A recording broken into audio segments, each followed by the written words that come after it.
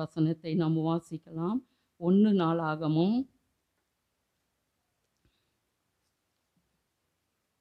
4ஆம் அதிகாரம்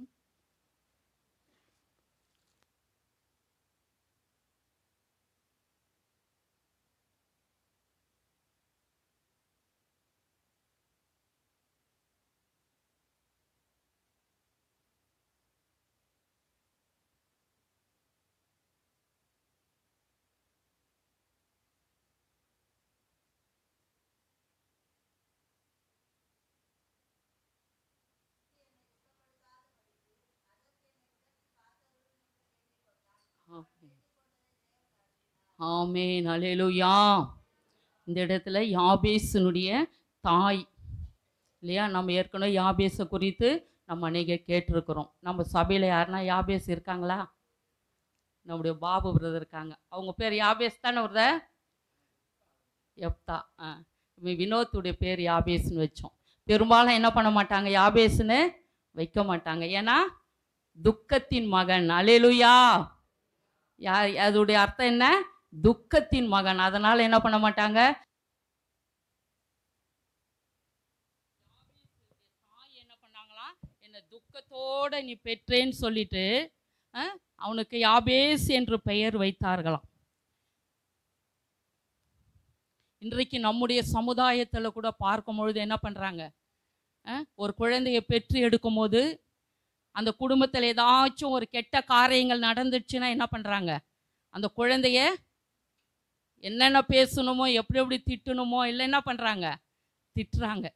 இது ஏன் பிறந்துச்சு, இது பிறந்ததா என்ன ஆச்சு, இந்த வீட்டுக்கு இப்படிப்பட்ட காரியங்கள்லாம் நடந்தது இல்லை சொல்லிட்டு என்ன பண்ணுறாங்க, அந்த குழந்தைய திட்டுறதை பார்க்குறோம்.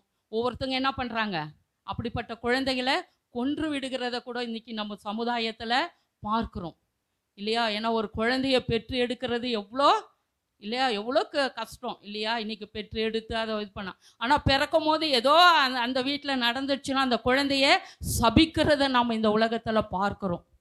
ஆனால் அந்த தாய் யாபேஸை பெற்று எடுத்தோடனே அவனுக்கு யாபேஸ்ன்னு பேர் வச்சுட்டாங்க. ஆனால் யாபேஸ் என்ன பண்ணாராம், சகோதரருக்குள்ள கனம் பெற்றவனாக இருந்து இல்லையா, அவன் துக்கத்தோடு அவனை பெற்றேன் என்று சொல்லி அவனுக்கு யாபேஸ் என்று பெயரிட்டாங்க. ஆனால் அந்த துக்கத்தையே மாற்றணும்னு சொல்லிட்டு யாபேஸ் என்ன பண்ணுறாரு, ஜெபம் பண்ணுகிறார். அல்லேலூயா அல்லேலூயா. யாரை நோக்கி ஜெபம் பண்ணுறாரு? இஸ்ரவேலின் தேவனை நோக்கி. அல்லேலூயா.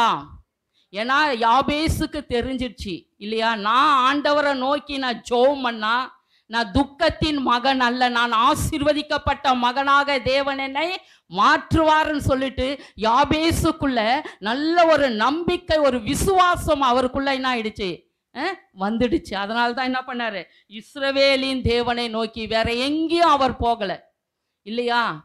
நான் என்ன பண்ண போறேன், நான் துக்கத்தின் மகன் அல்ல, நான் ஆண்டவரை நோக்கி நான் ஜெபம் பண்ணனா கர்த்தர் என்னை ஆசீர்வாதமான மகனாய் என்னை மாற்றுவார் என்று சொல்லி அவர் என்ன பண்றாராம், இஸ்ரவேலின் தேவனை நோக்கி தேவரீர் என்னை ஆசீர்வதிக்கணும். அல்லேலூயா அல்லேலூயா. என்னை ஆசீர்வதிக்கணும்னு சொல்லி என்ன பண்ணாராம், தேவனை நோக்கி விண்ணப்பம் பண்ணினார் என்று சொல்லி நாம பார்க்கிறோம். அப்போ அவர் அநேக காரியங்களை அவர் என்ன பண்றார், பாயிண்ட் வச்சு அவரை ஜெபிக்கிறத நாம பார்க்கிறோம். நீ தேவரீர் என்னை ஆசீர்வதித்து என் எல்லையை என்ன பண்ணுமா, பெரிதாக்கணும். அல்லேலூயா. என் எல்லையை பெரிதாக்கணும், உமது கரம் என்னோடு கூட இருந்து தீங்கு என்ன பண்ணக்கூடாது, என்ன துக்கப்படுத்தக்கூடாது இல்லையா. அப்போ அவர் என்ன பண்ணார், அதற்கு என்னை விலக்கி காத்தருளும் என்று வேண்டிக் கொண்டான். அவன் வேண்டிக் கொண்டதை என்ன பண்ணாரான், தேவன் அப்படியே அருளினார். அல்லேலூயா அல்லேலூயா. என்ன அழகா ஒரு பாயிண்ட் வச்சு அவர் ஜெபிக்கிறத நாம பார்க்கிறோம் பாருங்க இல்லையா. அவன் துக்கத்தின் மகன், ஆனா நான் ஆண்டவரிடத்துல என் தேவனிடத்துல ஜெபிச்சா கர்த்தர் என்னை என்ன பண்ணுவார், கண்டிப்பா ஆசீர்வதிப்பார். என் எல்லை என்ன பண்ணுவார், ஆண்டவர் பெருக செய்யணும்னு சொல்லிட்டு அவர் என்ன பண்றாராம், என் எல்லையை பெருகணும்னு சொல்லிட்டு ஆண்டவரிடத்துல அவர் ஜெபிக்கிறத பார்க்கிறோம். அப்ப கர்த்தர் அவரை ஒரு பெரிய விசாலத்துல என்ன பண்ணியிருக்கிறார், ஆண்டவர் யாபேச அவருடைய ஜெபத்தை கேட்டு ஆண்டவர் வைத்திருக்கிறத நாம பார்க்கிறோம் தேவ பிள்ளைகளே. அப்ப ஆண்டவர் அவர் அளவில்லாமல் என்ன பண்ணியிருக்கிறார், ஆண்டவர் ஆசீர்வதித்து இருக்கிறார். நாமும் என்ன பண்ணணுமா, யாபேச போல நாமும் தேவனை நோக்கி ஜெபிக்கிறவர்களாய் நாம காணப்பட வேண்டும். நம்முடைய ஜெபமும் ஒரு கருத்துள்ள ஒரு ஜெபமாய் மாற வேண்டும். இந்த அவசர காலத்துல அவசர ஜெபம் அதிகமா உண்டு. அல்லேலூயா. அவசர காலம்தான் இது, அவசர நாட்கள். என்ன பண்றோம், அவசர அவசரமா ஜெபம் பண்ணிட்டு படுத்துடுறோம், அவசர அவசரமா ஜெபம் பண்ணிட்டு சாப்பிட்றோம், அவசர அவசரமா ஜெபம் பண்ணிட்டு என்ன பண்றோம், வேலைக்கு ஓடுறோம். ஆனா நாம என்ன பண்ணக்கூடாது, அப்படி இருக்கக்கூடாது. கருத்தா நாம என்ன பண்ணணுமா, ஜெபிக்கணும். ஆண்டவரே நீர் என்னை ஆசீர்வதிக்கணும், நான் துக்கத்தின் மகன் தான், ஆனா நீ என்ன ஆசீர்வதித்தா நான் என்ன பண்ணுவேன், ஒரு ஆசீர்வாதமான ஒரு மகனாய் நான் மாறுவேன்னு சொல்லிட்டு அவர் என்ன பண்றாரு, முதல் பாயிண்ட் என்ன சொல்றாரு, என் எல்லையை பெரிதாக்கணும். அல்லேலூயா. நம்மளும் ஆண்டவரிடத்துல அப்படிதான் என்ன பண்ணணும், நம்மளும் ஜெபிக்கணும். ஆண்டவரே என்னை என்ன பண்ணணும், பொருளாதாரத்தினால என் எல்லை என்ன பண்ணணும், பெருகணும். என்னுடைய வருமானத்தின் எல்லை பெருகணும். நான் ஒரு ஆசீர்வாதமா என்ன பண்ணணும், என் குடும்பத்துல நான் இருக்கணும்னு சொல்லிட்டு அவர் என்ன பண்றாரு, ஜெபிக்கிறாரு. நாமளும் என்ன பண்ணணும், என்னுடைய விசுவாசத்தினுடைய எல்லை என்ன பண்ணணும், பெருகணும். என்னுடைய ஜெபத்தின் எல்லை பெருகணும். என்னுடைய நம்பிக்கையின் எல்லை என்ன பண்ணணும், பெருகணும். நம்ம எல்லாரும் நிறைய காரியங்களுக்காக ஜெபிப்போம், ஆனா ஜெபிச்சுட்டு என்ன பண்ண மாட்டோம், விசுவாசம் இருக்காது. விசுவாசமா ஜெபிப்போம், ஆண்டவர் சமூகத்துல அழுது புலம்பி எப்படிலாம் இருக்கணும் அப்படிலாம் ஜெபம் பண்ணுவோம். ஆனா அதுக்கப்புறம் என்ன பண்றோம், எங்க ஆண்டவர் செய்ய போறாருன்னு என்ன பண்றோம், அங்க ஒரு கருப்பு புள்ளியை நம்ம வச்சிடறோம். அப்ப என்ன பண்ண மாட்டுது, அந்த ஜெபம் கேட்க மாட்டுது. தேவ பிள்ளைகளே, நம்ம விசுவாசத்துல என்ன பண்ணணும், வல்லவர்களாய் நாம மாறணும். நம்ம ஜெபிக்கிற ஜெப வீரர்களா வீராங்கனிகளாய் நம்ம மாறணும். ஜெபத்துக்கு அதிக நேரத்தை நம்ம ஒதுக்குகிறவர்களாய் நம்ம காணப்படணும்.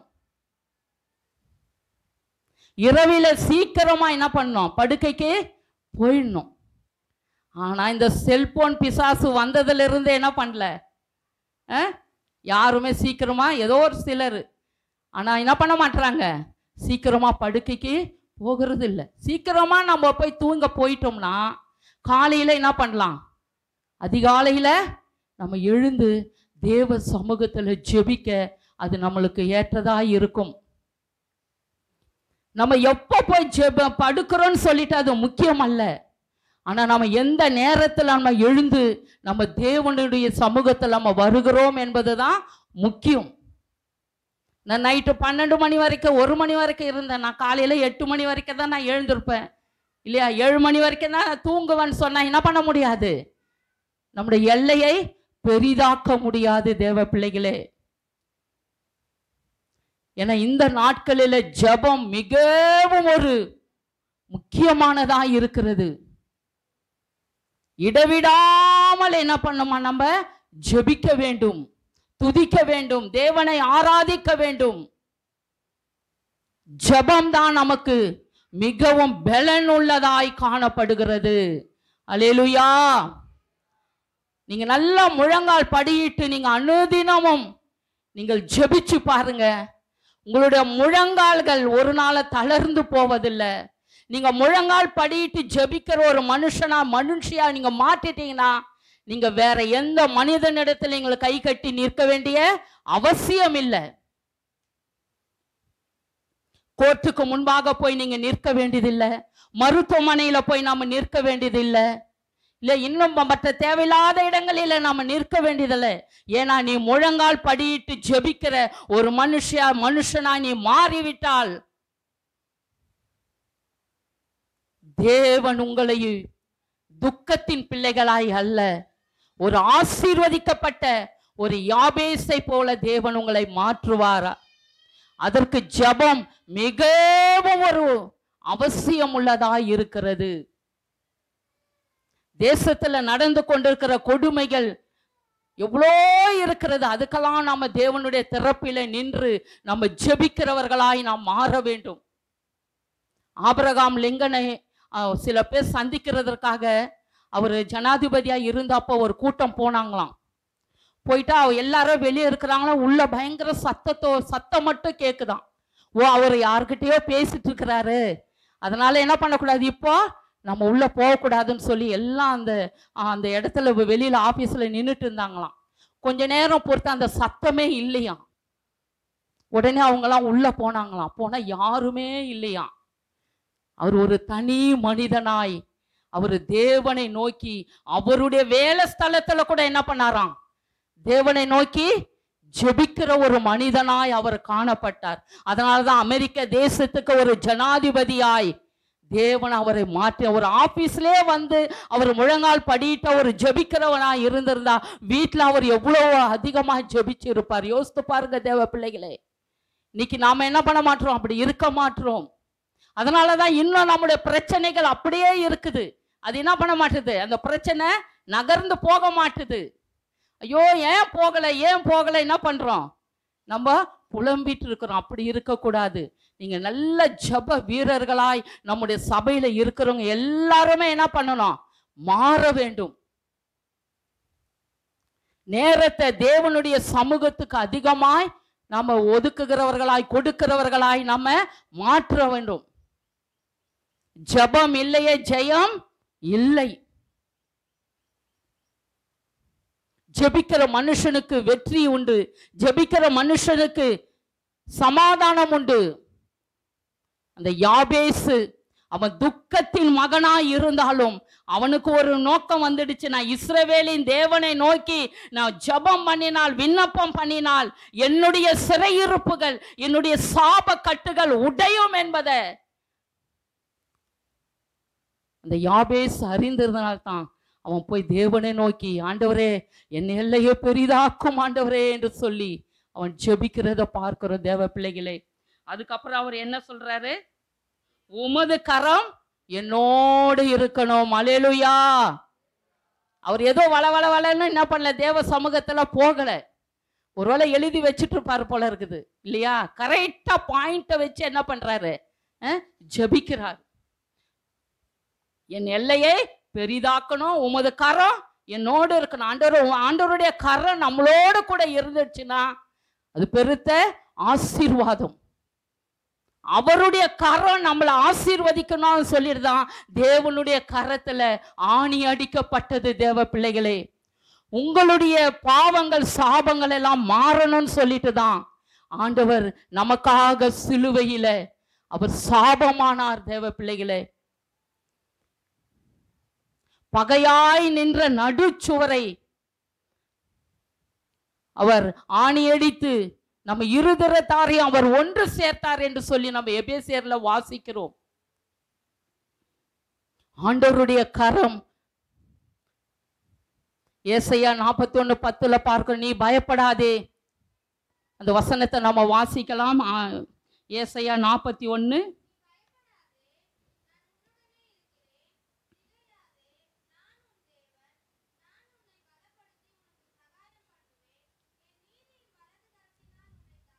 ஆமென், அல்லேலூயா. அவருடைய நீதியின் வலது கரத்தினால என்ன பண்றார், ஆண்டவர் நம்மை தாங்குகிற தேவனாய் இருக்கிறார். அதனால தான் யாபேஸ் சொல்றாரு, உமது கரம் என்னோடு கூட இருக்கணும். எவ்வளவு அருமையான ஒரு ஜெபத்தை அவர் ஏறெடுக்கிறத நாம பார்க்கிறோம் தேவ பிள்ளைகளே. அதுக்கப்புறம் அவர் சொல்றாரு, தீங்கு என்ன பண்ணக்கூடாது, என்ன துக்கப்படுத்தக்கூடாது. இனி என் வாழ்க்கையில தீங்கு இருந்தது, நான் துக்கப்பட்டது போதும். இனி என்ன பண்ணக்கூடாது, நானு தீங்கு அனுபவிக்க கூடாது. நான் ஆசீர்வதிக்கப்பட்ட ஒரு மகனாய் நான் வாழணும் இருக்கணும்னு சொல்லிட்டு என்ன பண்ணார், அவரு இஸ்ரவேலின் தேவனை நோக்கி அவர் ஜெபித்தார். அவர் என்ன பாயிண்ட வச்சு ஜெபிச்சாரோ ஆண்டவர் என்ன பண்ணாராம், அவன் வேண்டிக் கொண்டான். அதை அப்படியே தேவன் அருளினார். அல்லேலூயா, அல்லேலூயா. அப்ப நீங்களும் யாபேச போல என்ன பண்ணணும், கரெக்டா பாயிண்ட வச்சு ஜெபிக்கணும். வள வள வள வளன்னு என்ன பண்ணக்கூடாது, அதை இதை சொல்லி என்ன பண்ணக்கூடாது, நம்ம போகக்கூடாது.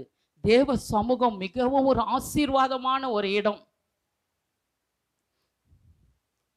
என்னை பிரஸ்தாபப்படுத்துகிற எந்த ஸ்தானத்திலும் நான் உங்களை ஆசீர்வதிப்பேன்னு சொல்றாரு ஆண்டவர். நம்ம எப்பெல்லாம் தேவனை பிரஸ்தாபப்படுத்தணும், ஜெபிக்கணும்னு நம்ம போயிட்டோம்னா கண்டிப்பா தேவன் நம்மை ஆசீர்வதிக்கிற தேவனாய் இருக்கிறார். ஆனால் ஜெபம் மிகவும் ஒரு முக்கியமாய் காணப்படுகிறது. ஒரு கழுகுக்கு 2 ரெக்கைகள் என்ன பண்ண முக்கியமா காணப்படுகிறது. அப்ப நமக்கு 2 ரெக்கைகள் என்ன பண்ண, ஜெபம், ஆராதனை, மன்றாட்டின் ஜெபம். அந்த இறக்கைகள் எப்பயுமே நம்முடைய வாழ்க்கையில காணப்பட வேண்டும். யாபேசுக்கு தான் ஆண்டவர் அற்புதம் செய்தார், உங்களுக்கு செய்ய மாட்டார்ல. கண்டிப்பா தேவன் ஆசீர்வதிப்பார். கரெக்டா பாயிண்ட வச்சு என்ன பண்ணணுமா, நம்ம ஜெபிக்கிறவர்களாய் காணப்பட வேண்டும். அன்றைக்கு தாவீது கோலியாத்து விரோதமா எழும்பி யுத்தத்துக்கு கூப்பிட்டுட்டாங்க ஐயா. தாவீது அந்த போர்க்களத்துக்கு போயிட்டாப்ல. அந்த இடத்துல பாருங்க, தாவீது ரொம்ப பொறுமையா அந்த இடத்துல கடைபிடிக்கிறத நம்ம பார்க்கிறோம். கோலியாத்துக்கு ஃபுல்லா மூடிட்டு இருக்குது, ஒன்னும் அவர் அவசரப்படல. ஆனா தாவீது என்ன பண்றாரு, கண்டிப்பா கோலியாத்தை உற்று நோக்கி இருப்பார். எந்த இடம் கேப்பா இருக்குது, எந்த இடத்துல இந்த கல்லை போட்டா என்ன பண்ணுவான், அவன் விழுவான்னு சொல்லிட்டு என்ன பண்ணிருப்பாரு தாவீது. ஆமா நம்ம போயிட்டோம், யுத்தத்துக்கு போயிட்டோம், அவன் இதை எடுத்துட்டு வரான், அதை எடுத்துட்டு வரான், நான் என்ன பண்ணிடுறேன், அவனை விழுத்திடுறேன்னு சொல்லிட்டு என்ன பண்ணல தாவீது. அப்படி யோசிச்சுட்டு போகல. யோசித்து பாருங்களேன், ஒரு பயங்கரமான சூழ்நிலை, ஜனங்கள்லாம் நின்று பார்த்துட்டு இருக்கிறாங்க. ஆனா அந்த இடத்துல அவர் பொறுமையா அந்த கோலியாத்தை உற்று நோக்கினதுனால என்ன ஆயிடுச்சு, அந்த நெத்தியில கொஞ்சம் கேப் இருந்தது. நல்லா குறி பார்த்து என்ன பண்ணாரு, அந்த கவன் கல்ல அவர் போட்டதை பார்க்கிறோம். ஒரே முறைதான் கோலியாத்தை என்ன பண்ணாரு, முகம் குப்புறவா விழுந்தாரு இல்ல, அப்படியே என்ன பண்ணாரு, மலாக்க விழுந்தார். ஏன்னா முகம் குப்புற விழுந்ததுன்னா அவனுக்கு என்ன ஆயிட்டு இருக்கோம், ஜெயமாயிட்டு இருக்கோம். நம்ம தேவனுடைய சமூகத்துல மட்டும் அவருடைய பாதத்தில் தான் நம்ம என்ன பண்ண, முகம் குப்புற விழணும். ஆனா ஆண்டவர் அந்த இடத்துலயும் பாருங்க கரெக்டா அந்த இடத்துல செய்கிறத நம்ம பார்க்கிறோம். உடனே அவன் என்ன சொன்னான், உன் தலையை வெட்டி என்ன பண்ணுவேன், பறவைகளுக்கு இறையா போடுவேன்லாம் கோலியா சொல்லிட்டான். ஆனா என்ன பண்ணாரு, தாவீது கையில அந்த கோலியாத்தை ஒப்பு கொடுத்ததை பார்க்கிறோம். அப்ப என்ன பண்ண, நம்மளும் கரெக்டான காரியங்களுக்கு, குறிப்பிட்ட காரியங்களுக்கு நம்ம என்ன பண்ணணுமா, பொறுமையா நிதானமா யோசித்து நம்ம காரியங்களை செய்கிறவர்களாய் நம்ம காணப்பட வேண்டும். அல்லேலூயா, அல்லேலூயா. தேவன் அவர் வல்லவராய் இருக்கிறார். நம்முடைய ஜெபத்தை அவர் கேட்கிற தேவனாய் இருக்கிறார். அப்ப என்ன சொல்றாரு யாபேசு, என் எல்லையை பெரிதாக்கணும், உமது கரை என்னோடு இருக்கணும், தீங்கு என்ன பண்ணக்கூடாது, என்ன துக்கப்படுத்தக்கூடாது. நீங்க இன்றையில இருந்து நீங்க அப்படியே யாபேச போல நீங்க ஜெபிச்சு பாருங்க, கண்டிப்பா உங்களுடைய வாழ்க்கையில இருக்கிற எல்லா நெருக்கத்தை ஆண்டவர் மாற்றி உங்களுக்கு நல்ல விசாலத்தை ஆண்டவர் கொடுத்து, கர்த்தருடைய கரம், அவர் ஆசீர்வதிக்கிற கரம், உங்களுக்காக எனக்காக ஆணியடிக்கப்பட்ட கரம் உங்கள் மேல தங்கி அப்படியே தாபரிக்கும். தேவ பிள்ளைகளே, ஒரு தீங்கு என்ன பண்ணாது, நம்மளை அணுகாது. ஒருவேளை தீங்குகள் வந்தாலும் தேவன் உடனே நமக்கு அவர் பாதுகாப்பை கொடுக்கிற தேவனாய் இருக்கிறார். தேவனிடத்துல ஜெபிக்கும் போதெல்லாம் என்ன பண்ணணும், கருத்தா ஜெபிக்கணும். காலையில எழுந்த உடனே தேவனுடைய முகத்தை தேடுகிறவர்களாய் நாம காணப்பட வேண்டும். நீங்க தேவனை தரிசிச்சுட்டு நீங்க தேவனிடத்துல நீங்க நல்லா பாடி துதித்து அவரை மகிமைப்படுத்திட்டு உங்களோட விண்ணப்பங்களை வச்சுட்டு நீங்க அந்த ரூமை விட்டு வெளியே வந்து உங்களுடைய காரியங்களை செய்து பாருங்க. அன்னைக்கு நாள் ஃபுல்லா உங்களுக்கு என்ன பண்ண, ஒரு ஆசீர்வாதமாய் இருக்கும். அல்லேலூயா. ஏன்னா நம்ம பெண்கள் நம்மளாம் என்ன பண்றோம், அடுப்பு ஸ்டவ் ஆண்ட இருக்கிறோம், இல்லை எவ்வளோ ஆபத்தான காரியங்கள் இருக்கிறது. ஆண்டவரே இன்னைக்கு என்ன பண்ணக்கூடாது, எந்த தீங்கு எனக்கு வரக்கூடாது, இல்ல தண்ணீரினால எனக்கு ஆபத்து வரக்கூடாது, நெருப்பினால எனக்கு வரக்கூடாது, விஷப்பூச்சினால வரக்கூடாது, திருடனுங்க இல்லையா, அக்கினி, எல்லா காரியங்களையும் நீங்க பாயிண்ட வச்சு நீங்க ஜெபிச்சுட்டு அந்த நாளை தொடங்கி பாருங்க. கர்த்தர் உங்களுக்கு மகிமையாய் அந்த நாள் காணப்படும். மகிமையான தேவன் வல்லமையான காரியங்களை எனக்கு செய்தார். யார் சொன்னது? மரியாள். அல்லேலூயா. என்ன பண்ணாரா? மகிமையான காரியங்களை, வல்லமையான காரியம் எனக்கு செய்தார் என்று சொல்லி மரியாள் தேவனை புகழுகிறத பார்க்கிறோம் தேவ பிள்ளைகளே. அதனால நாம என்ன பண்ணணுமா, ஜபத்துல அதிகமா நம்ம என்ன பண்ணணும், தரித்திருக்கிறவர்களாய் நாம இருக்க வேண்டும். உறுதியாய் ஜபத்துல தரித்திருக்க வேண்டும் என்று சொல்லி நம்ம வேதத்துல வாசிக்கிறோம். அநேக பரிசுத்தவான்கள் ஜபத்தினால உலகத்தை ஜெயித்தார்கள், ராஜ்யத்தை ஜெயித்தார்கள். அவர்களுடைய விசுவாசம் என்ன ஜபம் அவர்களை ஆசீர்வாதமாய் மாற்றினதை நாம பார்க்கிறோம். நம்ம ரோமர்ல பார்க்கும் பொழுது ரோமர் 8, தேவன் நமக்கு வாக்கு கடங்காத பெருமூச்சுகளோடு நமக்காய் அவர் வேண்டுதல் செய்கிறார் சொல்லி 8:26 நம்ம வாசிக்கலாம்.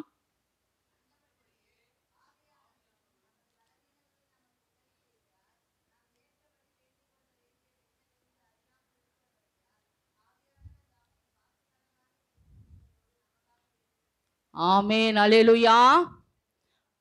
பாருங்க, ஆவியானவர் என்ன பண்றார், நமக்காக பெருமூச்சுகளோடு என்ன பண்றாராம், நமக்காக விண்ணப்பம் பண்ணுகிறார் என்று சொல்லி பார்க்கிறோம். ஆண்டவருக்கு எவ்வளோ பிஸியான வேலைகள் இருந்தது. ஆனா ஆண்டவர் என்ன பண்றாரு, தனிமையாய் போய் ஜெபிக்கிறத பார்க்கிறோம். தனிமையாய் மலையில போய் ஜெபிக்கிறத நம்ம பார்க்கிறோம். ஜெபம் மிகவும் ஒரு அவசியம் உள்ளதா இருக்கிறது. ஆண்டவர் மாமிசத்துல இருந்த நாட்களில மரணத்திலிருந்து என்னை விலக்கி காக்க வேண்டும் சொல்லி எபிரேயர்ல நம்ம வாசிக்கிறோம். பலத்த சத்தத்தோடு கண்ணீரோடு என்ன பண்ணாராம், ஆண்டவர் ஜெபித்தார் என்று சொல்லி நம்ம எபிரேயர்ல 5:7 நம்ம பார்க்கிறோம். அது பலத்த சத்தத்தோடு கண்ணீரோடு என்ன பண்ணாராம், ஆண்டவர் ஜெபம் பண்ணினார் என்று சொல்லி பார்க்கிறோம். நம்ம ஏதோ கிறிஸ்தவர்களாக இருந்தோம், நம்ம ஆண்டவர் அறிஞ்சிட்டோம் இல்லையா, ஆலயத்துக்கு வரன்னு சொல்லி அல்ல தேவ பிள்ளைகளை, ஜெபிப்பதில் நம்ம அதிகம் கவனம் செலுத்துகிறவர்களாய் நம்ம காணப்பட வேண்டும். இந்த குட்டி குட்டி ஜபத்தெல்லாம் என்ன பண்ணிடணும், விட்டுடணும். இனிமேல் என்ன பண்ணக்கூடாது, குட்டி ஜபெல்லாம் செய்யக்கூடாது இல்லையா, அவசரத்து. ஆனால் எப்பவுமே நம்ம ஜெபிக்கிறவர்களாய் காணப்பட வேண்டும். எப்பயுமே ஆண்டவரை நோக்கி கூப்பிடுகிறவர்களாய் காணப்பட வேண்டும். எரேமியா 33:3 ஆண்டவர் சொல்றாரு, என்னை நோக்கி கூப்பிடு, நான் என்ன பண்றேன், உனக்கு மறு உத்தரவு கொடுக்கிறேன், உனக்கு எட்டாததும் நீ அறியாததுமான பெரிய காரியங்களை உனக்கு செய்வேன் என்று ஆண்டவர் சொல்லி இருக்கிறார். எல்லா நேரத்திலும் நம்ம ஆண்டவரை நோக்கி கூப்பிடுகிறவர்களாய் நாம காணப்பட வேண்டும். நமக்கு போன் நம்பர் அதுதான் ஆண்டவருக்கு நமக்கும் இருக்கிற போன் நம்பர் 33, எரேமியா 33:3. எப்ப கூப்பிட்டாலும் ஏசப்பா என்ன பண்ணுவாரு, உடனே அது நைட்டு 2 மணியா இருக்கட்டும் 1 மணியா இருக்கட்டும், எல்லா நேரங்களிலும் நம்ம ஆண்டவரை நோக்கி கூப்பிட்டோம்னா கர்த்தர் நம்முடைய விண்ணப்பங்களின் சத்தத்துக்கு ஆண்டவர் செவி கொடுக்கிற தேவனாய் இருக்கிறார். இன்னைக்கு இருக்கிற போன்ல எல்லாம் என்ன பண்றோம், உனக்கு அவசரம்னா எனக்கு உடனே போன் பண்ணு இல்லையா, உனக்கு உடம்பு முடியல எனக்கு உடனே போன் பண்ணுன்னு சொல்லி என்ன பண்ணுவாங்க, சொல்லுவாங்க. ஆனா கொஞ்ச நேரம் பொறுத்து என்ன பண்ண, நம்ம கூப்பிடுற நேரத்தில் அது சுவிட்ச் ஆஃப் ஆயிடும் இல்லையா, டவர் எடுக்காது. நம்ம எத்தனை கால் போட்டாலும் என்ன பண்ண மாட்டாங்க, எடுக்க மாட்டாங்க. இல்லை பிஸி பிஸி பிஸி பிஸின்னு வரும். அதுவும் இந்த பிஸி பிஸின்னு வர நேரத்தில் பார்த்தீங்கன்னா நம்ம அவசரமாக எதனா சொல்லுன்னா என்ன பண்ண முடியல. ஆனால் நம்முடைய ஆண்டவர் அப்படியல்ல, எந்த நேரத்திலும் அவர் நம்ம மேல கண்ணோக்கமாக இருக்க. என் மகள் உடனே கூப்பிட்டுட்டா, எனக்கு அற்புதம் நடக்கணும்னு சொல்லிட்டு.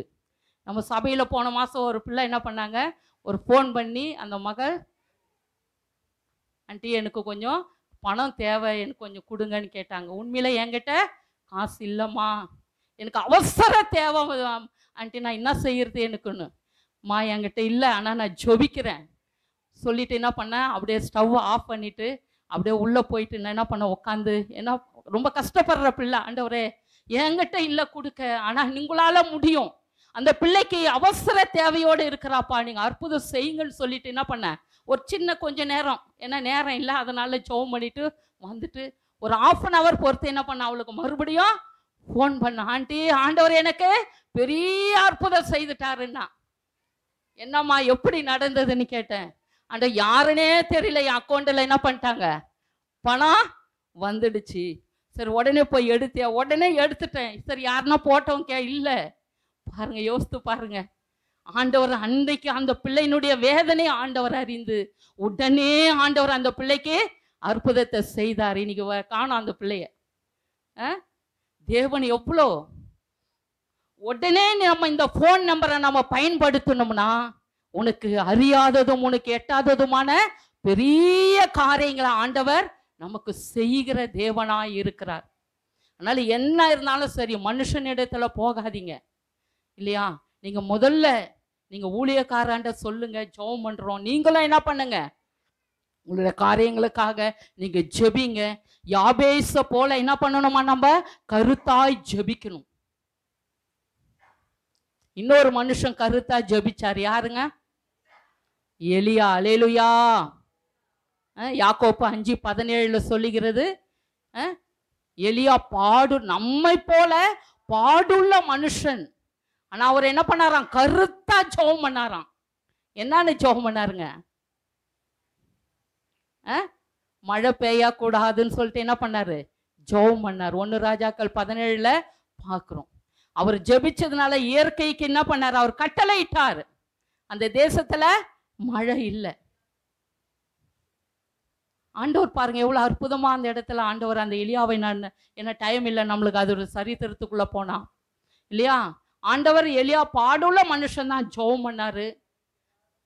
ஆண்டவர் அதையும் கேட்டாரு. மரித்து போன ஒரு மகனை என்ன பண்ண, எலியாவை கொண்டு ஆண்டவர் உயிர்ப்பிக்கிறத நம்ம பார்க்கிறோம். அந்த கேரித் ஆற்றண்டையில இருந்த எலியாவை ஆண்டவர் அற்புதமா போஷிக்கிறாரு. சாரிபாத்த தேவன் போஷிக்கிறாரு. எலியாவை கொண்டு தேவன் பெரிய அற்புதங்களை ஆண்டவர் செய்தார் என்று சொல்லி நாம பார்க்கிறோம்.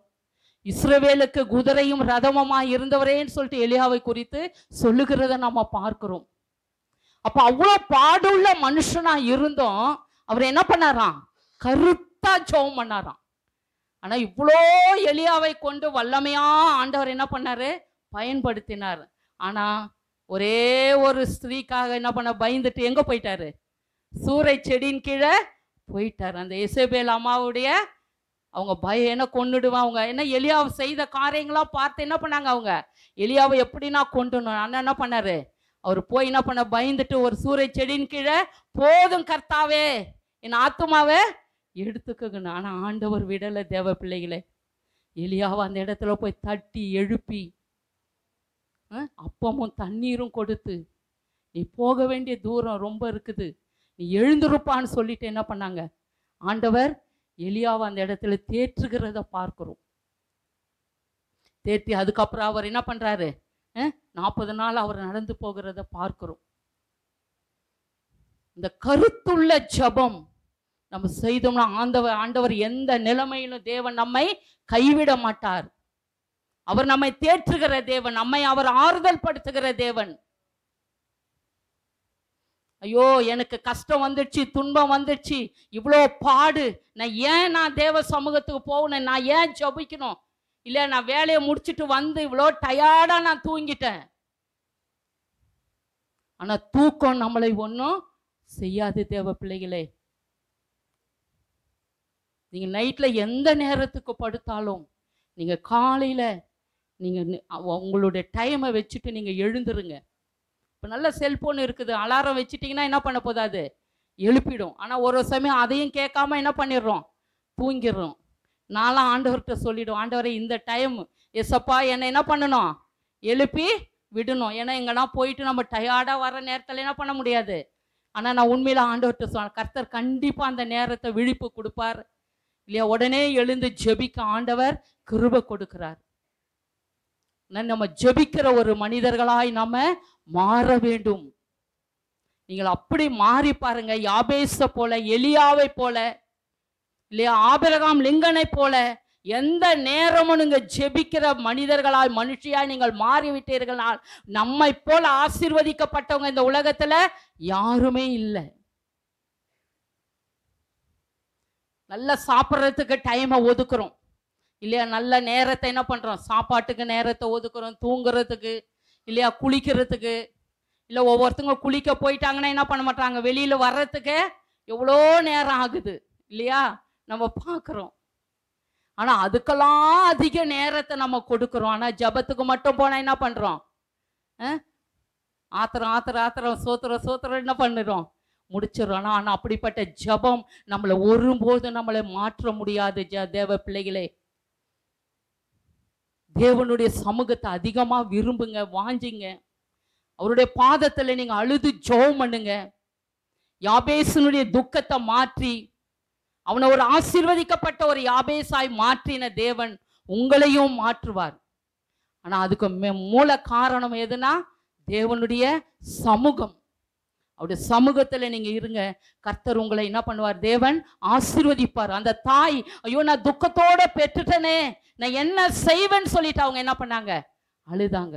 தாயும் கூட பிள்ளைகளை மறந்து போகலாம், சிங்கம் கூட குட்டிகளை பட்டினி போடலாம்.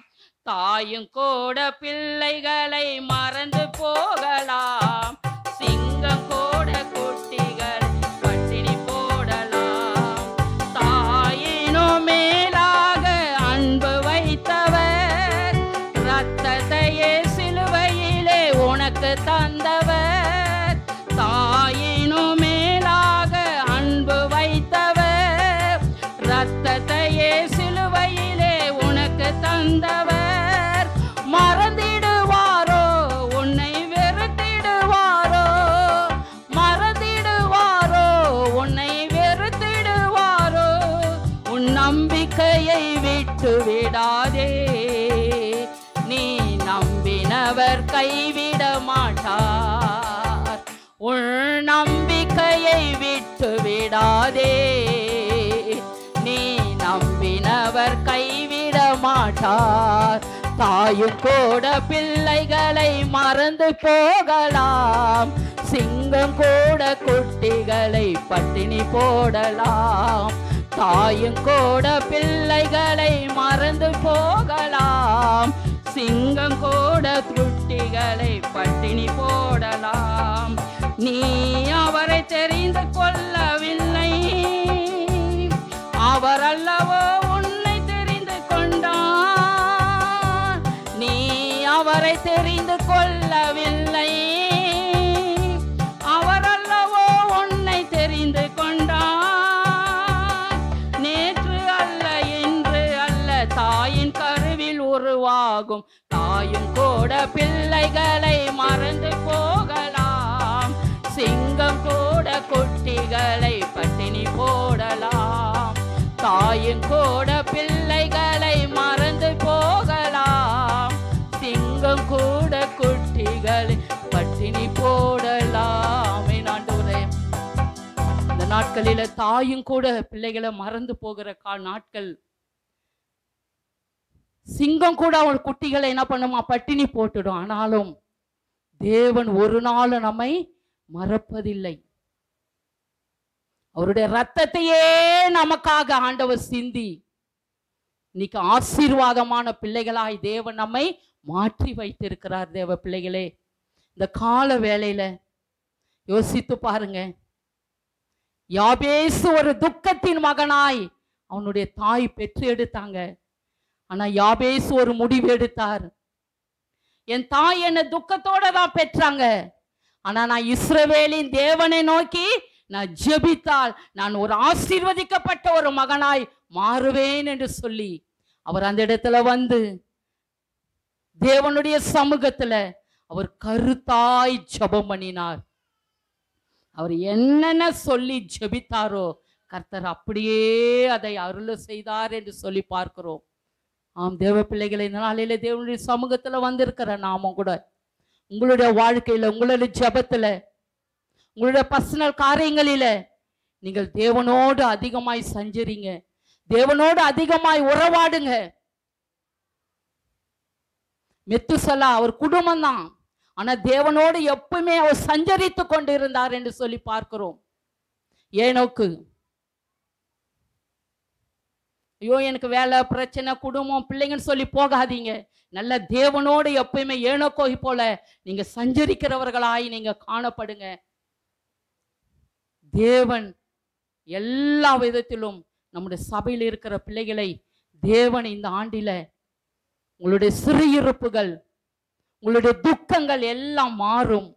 ஆனால் நீங்கள் ஜெபிக்கிறவர்களாய் நீங்கள் மாறினாதான் நீங்க ஆசீர்வாதத்தை பெற்றுக்கொள்ள முடியும். நம்ம ஒரு முடிவு பண்ணுவோம், ஆண்டவரே நானும் இனிமேல் யாபேசை போல என்ன பண்றேன், நானும் ஜெபிக்கிறேன். எலியாவை போல பாடுள்ள மனுஷனா, ஆனா நானும் எலியாவை போல கருத்தாய் நான் ஜெபிக்கிறேன் என்று சொல்லி உங்களை தேவனிடத்துல ஒப்பு கொடுங்க.